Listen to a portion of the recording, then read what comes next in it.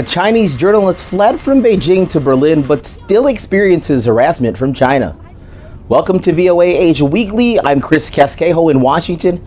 That story is coming up, but first, making headlines. I humbly stand before you. Lawmakers in the Solomon Islands elected former Foreign Minister Jeremiah Manili as Prime Minister on Thursday. Analysts say he's expected to continue the pro-Beijing stance of outgoing Prime Minister Manasseh Sogavare, who withdrew from the race on Monday and endorsed Manili. They don't hesitate to use brute force to violate international law. The Philippines accused China of damaging its boats with water cannons in the disputed South China Sea early Tuesday. China defended its action, claiming the Philippine ships had intruded without permission. Both China and the Philippines claim Scarborough Shoal in the South China Sea as their own.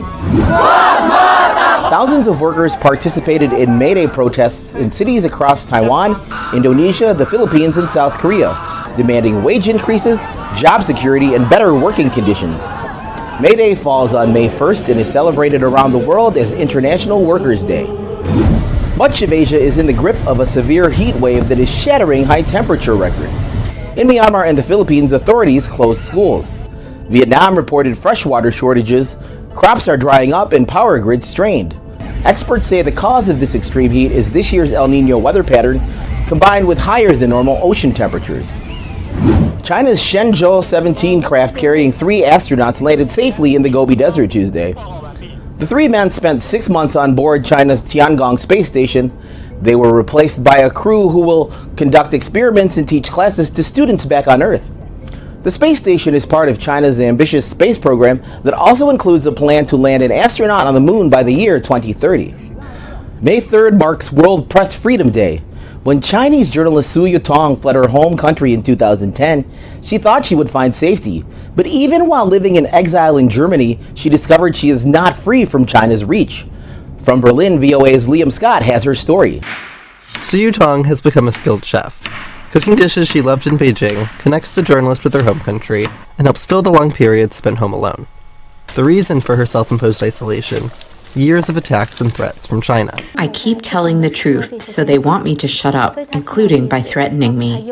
Sharing a banned book on Tiananmen Square back in 2010 began Su's troubles.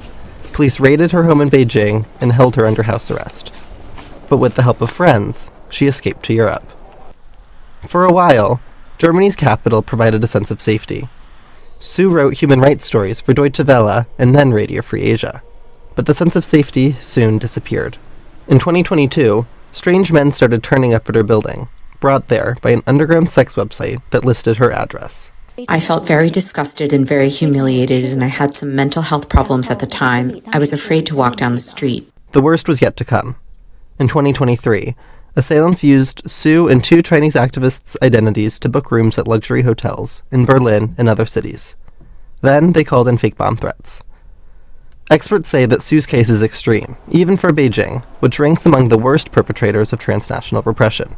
The basic tactics of transnational repression they're usually geared towards showing people that they can't get away from the Chinese government. The driving goal, says Oldberg, is to stop any criticism of China overseas.